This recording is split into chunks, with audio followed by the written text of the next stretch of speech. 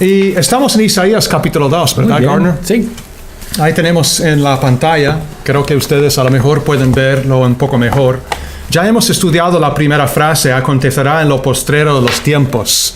¿Se acuerdan? Y hemos dicho que lo postrero de los tiempos es una referencia al primer siglo, ¿verdad? Porque Pedro en Hechos capítulo 2 se puso de pie y él dijo que en estos últimos días tenía que pasar esto. ¿Verdad? Y en Hebreos capítulo 2 Dios nos iba a hablar a través de su Hijo En los postreros días. Entonces, los postreros días empezaron en ese tiempo, en el primer siglo. Amén.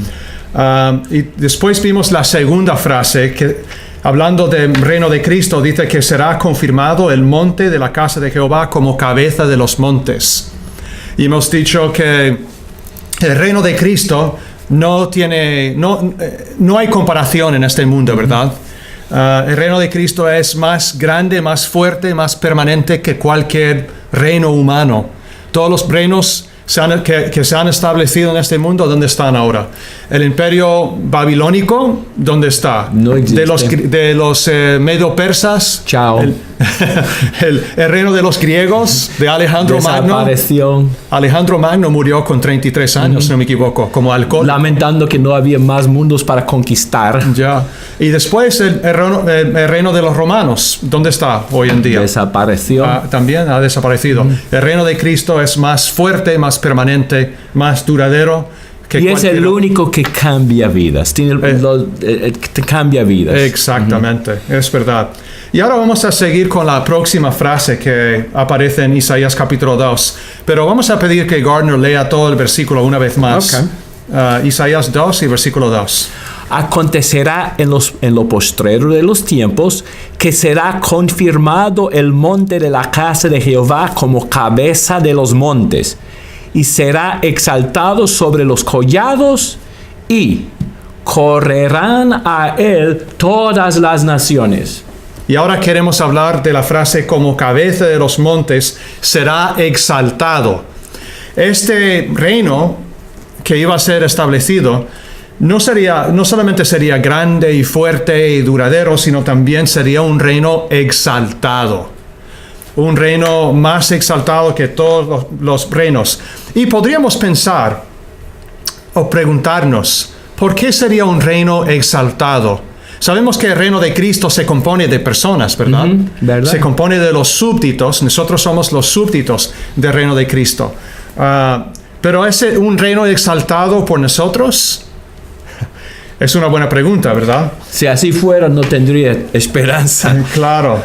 Es exaltado, saben ustedes, porque Cristo es su rey. Amén. Eso me recuerda la nación de Israel, ¿verdad? La nación de Israel en comparación con los demás reinos, ¿cómo era, Gardner? Parecería pequeña en comparación con la nación de Babilonia, etc. Un reino pequeño, insignificante, pero era un reino especial, no por ellos mismos, sino por lo que Dios había hecho por ellos. Amén. Y pasa lo mismo hoy en día con el reino de Cristo.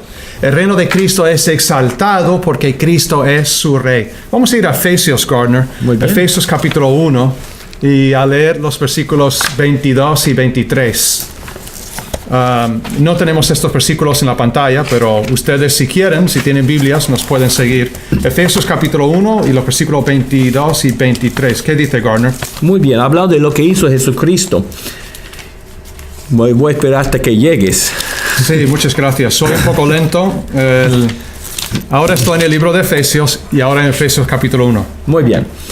Y sometió todas las cosas bajo sus pies, y lo dio por cabeza sobre todas las cosas a la iglesia, la cual es su cuerpo, la plenitud de aquel que todo lo llena en todo.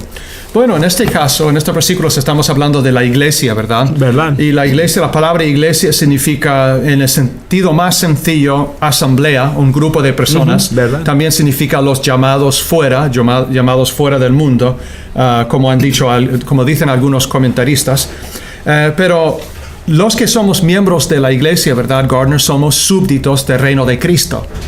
Y en este caso estamos hablando del reino de Cristo, de su iglesia. Y la iglesia es una entidad muy especial, no por la gente que necesariamente que la compone, sino por lo que Cristo ha hecho por ella. Exactamente. Cristo, ¿qué es lo que ha hecho Cristo por su cuerpo? Por Murió su iglesia? por su cuerpo, exalta su cuerpo, lo hace todo. Y sabemos que los súbditos del reino de Cristo tienen valor porque Cristo dio todo por ellos, ¿verdad? Y también estoy pensando en Hechos capítulo 20, Gardner. Hechos 20 y el versículo 28, que también habla de lo precioso de la iglesia, lo precioso del reino de Cristo. ¿Qué es lo que dice ahí, Gardner? Bueno, hablando a los ancianos en Éfeso, Sí, exactamente. el apóstol Pablo les dijo, por tanto, mirad por vosotros y por todo el rebaño en que el Espíritu Santo os ha puesto por obispos para apacentar la iglesia del Señor, la cual Él ganó por su propia sangre. Muy bien. Esta versión que tengo aquí dice la iglesia de Dios, la iglesia del Señor es igual, la cual Él, ¿qué dice? Él ganó por su propia sangre. Ganó por su propia sangre. Esta versión dice a la cual Él compró con su propia sangre. Estás leyendo de la Biblia de las Américas y yo estoy leyendo de la Reina Valera. Ajá. Entonces, el reino de Cristo es exaltado por lo que Cristo ha hecho por él. Amén. La compró con su propia sangre, ¿verdad? Entonces, tal como dice esa frase de Isaías capítulo 2, que este reino sería como cabeza de los montes y que sería exaltado. Vamos a pasar a otra frase, Gardner, de Isaías capítulo Ahora 2. listos para la última frase. Sí. Y no es la última del versículo 2, después hay más versículos. Ok. ¿Qué es lo que dice, Gardner? ¿Lo quieres leer? Y correrán a él todas las naciones. Y correrán a él todas las naciones, la última frase del versículo 2. Vamos a pensar un poquito en lo que significa esto. Creo que es una referencia al hecho de que este reino iba a ser universal. Amén. ¿Verdad? Naciones y gentiles, si no me equivoco, Gardner, es la misma palabra prácticamente, ¿verdad? Gentiles. Se refiere a lo mismo, especialmente en el Antiguo Testamento. Exactamente. Y cuando llegamos al tiempo del Nuevo Testamento, vemos que el reino de Cristo fue precisamente, o tuvo ese propósito principal de llegar a todas las naciones. De hecho, leemos al final de Mateo, capítulo, del libro de Mateo, pero en el capítulo 28, leemos de las palabras de Jesús poco antes de ascender al cielo, ¿verdad? Poco antes de ascender al cielo. Y vamos a ver lo que dice aquí, Gardner. ¿Lo quieres leer del 18 al 20? ¿Cómo no? Últimas palabras en el libro de Mateo. Y Jesús se acercó y les habló diciendo: toda potestad me es dada en el cielo y en la tierra. Por tanto, id y haced discípulos a todas las naciones, bautizándolos en el nombre del Padre y del Hijo y del Espíritu Santo, enseñándoles que guarden todas las cosas que os he mandado. Y aquí estoy con vosotros todos los días hasta el fin del mundo. Amén. Ok, muy bien. Al final de Marcos dice: id y predicad el evangelio a toda criatura, ¿verdad? Sí. El evangelio significa buena nueva. Sí. Pero el evangelio era para judíos solamente. No era para todas las naciones. Para todas las naciones. Id pues y haced discípulos de todas las naciones. El mensaje de salvación es universal. Y esto fue profetizado por Isaías. Amén. ¿Y cuándo se escribió Isaías más o menos? Como 700 años y pico antes de Jesucristo.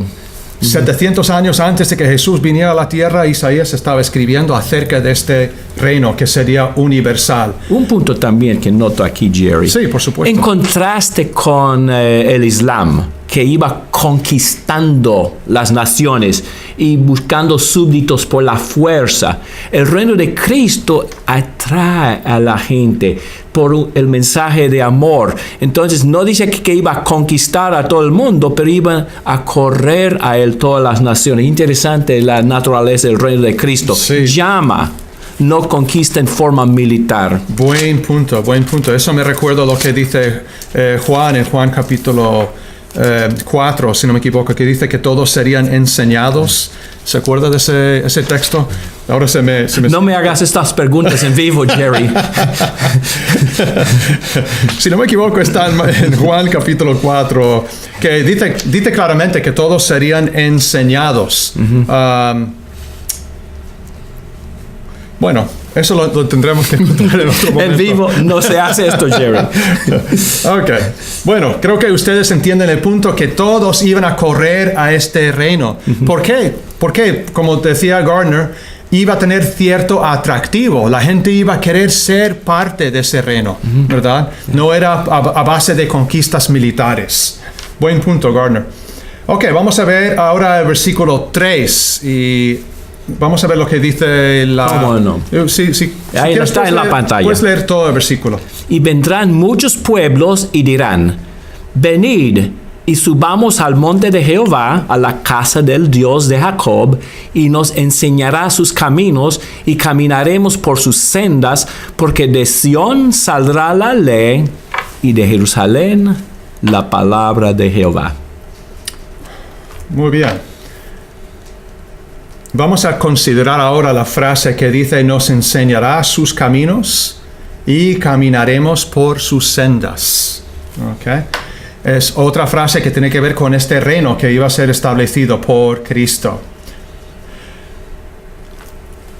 Un punto muy importante, Gardner, es que si nosotros no aprendemos de Jesús, si no aprendemos de su palabra, no vamos a poder saber andar en su camino. Es algo muy lógico, ¿verdad? Pero la gente salta este paso. La gente quiere ser siervos de Dios, pero sin conocer sus enseñanzas. Es que piensan nacer como si fuera en el reino y no tienen que ser enseñados nada, pero Jeremías dice claramente que no. Para ser del reino hay que recibir enseñanza y ya dentro del reino ya sabemos quién es. Y ahora voy a corregir un error de antes. Al menos que no sea uno de los míos. Bueno, no es un error, es que me había olvidado del pasaje. Ahora mismo se me ha ocurrido el pasaje. Es Juan capítulo 6 y el versículo 45.